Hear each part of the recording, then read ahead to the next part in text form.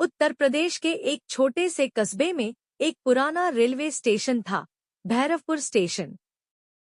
दिन में वहां थोड़ी बहुत भीड़ रहती, लेकिन रात होते ही पूरा स्टेशन सुनसान हो जाता। लोग कहते थे कि वहां हर रात एक औरत लाल साड़ी पहनकर दिखाई देती है। कहानी थी कि जो भी उसकी मदद करने रुकता, वह कभी वापस नहीं आता। गांव वाले उस स्टेशन से रात में गुजरने से भी डरते थे।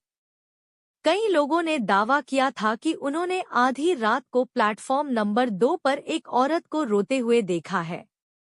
एक रात नए पुलिस इंस्पेक्टर अर्जुन सिंह की ड्यूटी उसी इलाके में लगी। अर्जुन बहादुर और समझदार इंसान था। उसे भूत प्रेत की बातों पर बिल्कुल विश्वास नहीं था। उसने सोचा कि जरूर कोई अपराधी लोगों को डराकर कुछ गलत काम कर रहा है। उसने फैसला किया कि आज रात वह खुद स्टेशन पर जाएगा। रात के ठीक 12 बजे अर्जुन अपनी टॉर्च और पिस्तौल लेकर भैरवपुर स्टेशन पहुंचा। चारों तरफ गहरा सन्नाटा था। हवा की आवाज और दूर कहीं कुत्तों के भौंकने की आवाज आ रही थी। अचानक प्लेटफॉर्म नंबर 2 से किसी औरत के रोने की आवाज सुनाई दी। अर्जुन धीरे धीरे उस तरफ बढ़ा। वहां एक औरत लाल साड़ी में खड़ी थी। उसके लंबे बाल चेहरे पर बिखरे हुए थे। वह सिर झुकाकर रो रही थी। अर्जुन ने पूछा, कौन हो तुम? यहाँ इतनी रात में क्या कर रही हो? औरत ने धीरे से सिर उठाया। उसकी आंखें पूरी सफेद थी। अर्जुन एक पल के लिए डर गया, लेकिन उसने खुद को संभाला।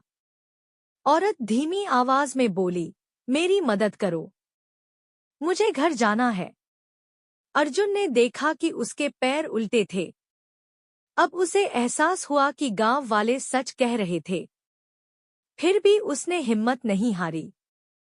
उसने जेब से हनुमान चालीसा निकाली और पढ़ना शुरू किया।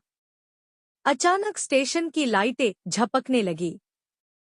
हवा बहुत तेज चलने लगी। लाल साड़ी वाली औरत जोर जोर से चीखने लगी।